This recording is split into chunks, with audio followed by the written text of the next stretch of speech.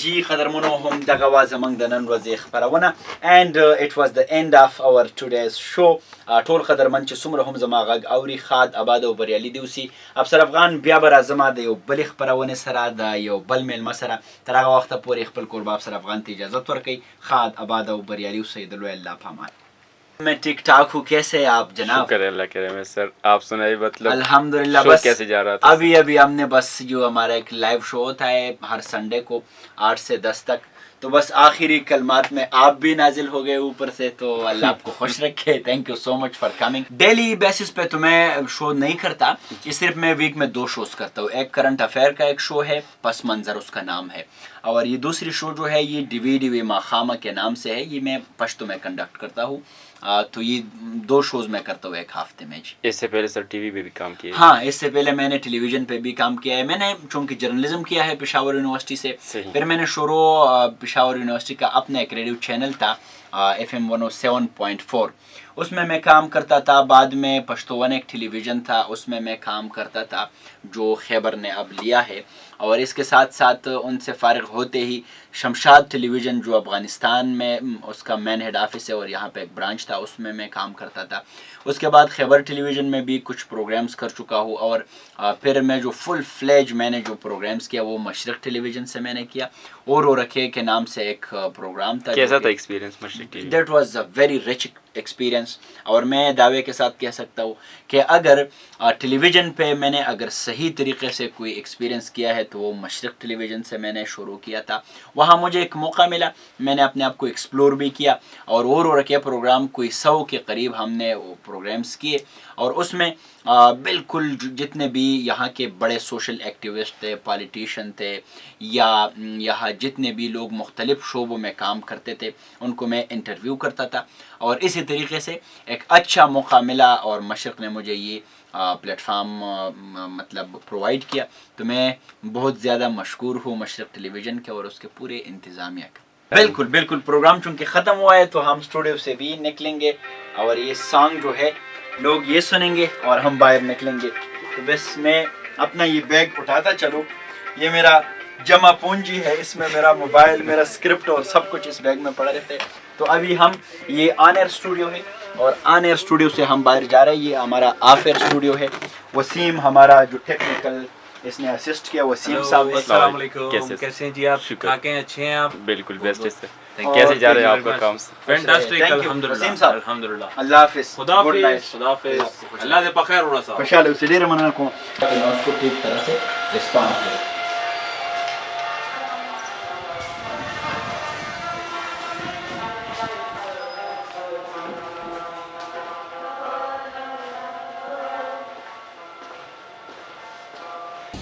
جی تو بس اس طرح ہے کہ ریڈیو سے فارغ ہوتے ہی کبھی کبھار دوستوں کے ساتھ میکڈونلڈ آ جاتے ہیں اور یہاں کافی کے چسکے بھی لیتے ہیں اور خوش بھی ہوتے، کیونکہ یہ پشاور میں ایک بہت بہترین اپرچونٹی ہے. یہاں پہ لوگ بھی ہے، ایک ہلچل بھی ہے، ایک رونق بھی ہے. تو یہ بھی ایک ایکٹیویٹی ہے ہمارے مطلب شغل میں، یہ بھی ہے. اور اس کے ساتھ ساتھ یہاں بیٹھ کر پھر گپے شپے لگاتے ہیں مختلف ٹاپکس پہ، مختلف چیزوں پہ ہم ڈیبیٹ بھی کرتے ہیں دوستوں کے ساتھ بیٹھ کے. اور جتنے بھی کرنٹ افیئر ہے یا انٹرنیشنل ریلیشن ہے اس پہ بھی ہم کبھی کبھار ڈیبیٹ کرتے ہیں یہاں پہ. سب سے بڑا چیلنج تو اب یہ ہے کہ کس طرح یہ کاپی کا گونٹ لینا ہے نا، یہ بڑا مشکل کام ہے.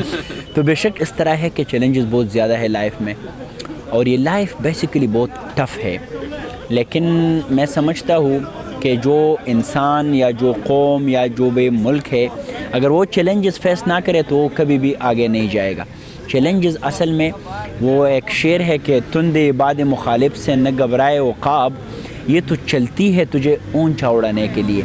تو یہ چیلنجز اصل میں ہمارا جو اڑان ہے اس کو ایک اور طاقت یہ بخشتی ہے. تو چیلنجز بہت سارے ہیں، اور اسپیشلی ہم تو میڈیا کے لوگ ہیں، ہمیں تو بہت زیادہ چیلنجز ہے.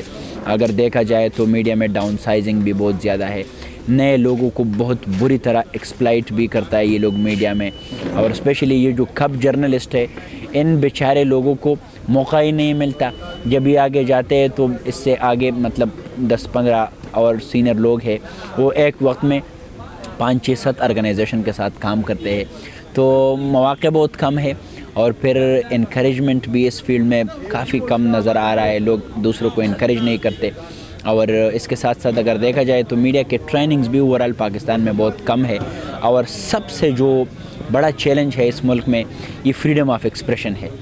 کون ہے کہ یہاں پہ صحیح معنوں میں جرنلزم کرتا ہے؟ ہمارے حامد میر اور سلیم صافی اور طلعت حسین جیسے لوگ، ان کے بھی جگہوں پہ ان کے منہ پہ وہ ٹیپ اور وہ چیز لگے ہوتے ہیں. ایک خاص دائرے سے آگے جا کے آپ کے پر جو ہے تو آپ جلن محسوس کرتے ہیں نا. تو فریڈم آف ایکسپریشن کا بہت بڑا مسئلہ ہے یہاں پہ. اور پھر ان سے آگے جا کے ہمارے جو میڈیا مالکان ہے وہ صرف اس پہ توجہ دیتے ہیں کہ کتنی مارکیٹنگ ہے، بزنس کیا ہے. وہ یہ نہیں سوچتے کہ کوئی ایک بہترین جرنلزم کرتا ہے اس فورم سے، کتنا ریپرزینٹ کرتا ہے اپنے ایریا کو، اپنا مطلب لوگوں کو. لیکن پھر بھی میں یہ بات کہوں گا لاسٹ میں کہ چیلنجز اگر ہو تو لوگ آگے جائیں گے. چیلنجز نہ ہو، اگر ایک ڈرائیور سیدھی روڈ پہ ڈرائیونگ سیکھے تو اس کا کوئی بھی مزہ نہیں ہوتا. مزہ تو اس کا ہے کہ آپ کا ڈرائیونگ جمپ ہو، اس کے سامنے کوئی اور مسئلہ ہو، کوئی یو ٹرن ہو، کوئی موڑ ہو اور آپ اس میں ڈرائیونگ کرے تو آپ ایک کامیاب ڈرائیور ہے. تو چیلنجز سارے لوگوں کو پیغام بھی ہے، نئے لوگوں کو، کہ ہم نے ہارنا نہیں ہے، ہم نے حالات کا مقابلہ کرنا ہے.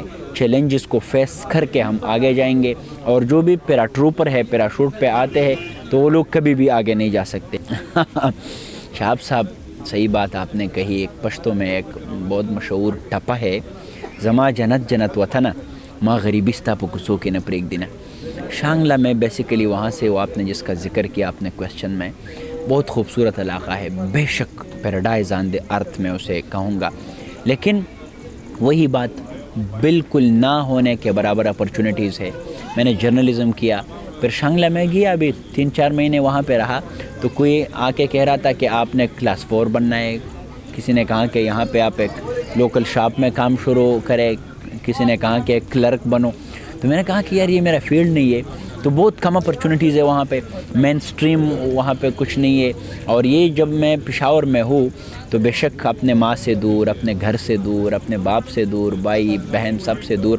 لیکن سب سے بڑی بات یہ ہے کہ یہاں میں کنٹریبیوٹ کرتا ہوں سسٹم کو مختلف فیلڈ میں، چاہے وہ ادب ہے، وہ صحافت ہے، وہ ریڈیو ہے، وہ ٹی وی ہے، وہ تو میں کنٹریبیوٹ کرتا ہوں. اور شانگلہ آنے کا سب سے جو بڑی وجہ ہے وہ یہ ہے کہ یہاں میں پالش ہو جاؤں، کچھ سیکھ کے واپس کنٹریبیوٹ کرو اس سسٹم کو. اگر میں پشاور میں ہوں اور صحیح معنوں سے میں کچھ سیکھوں تو میں شانگلہ کے لیے بھی کام کر سکتا ہوں، تھرغر کے لیے بھی کام کر سکتا ہوں، بنیر کے لیے بھی کام کر سکتا ہوں. اور جتنے بھی مارجنلائزڈ کمیونٹیز ہے، لوگ ہیں، ان کے لیے میں کام کر سکتا ہوں.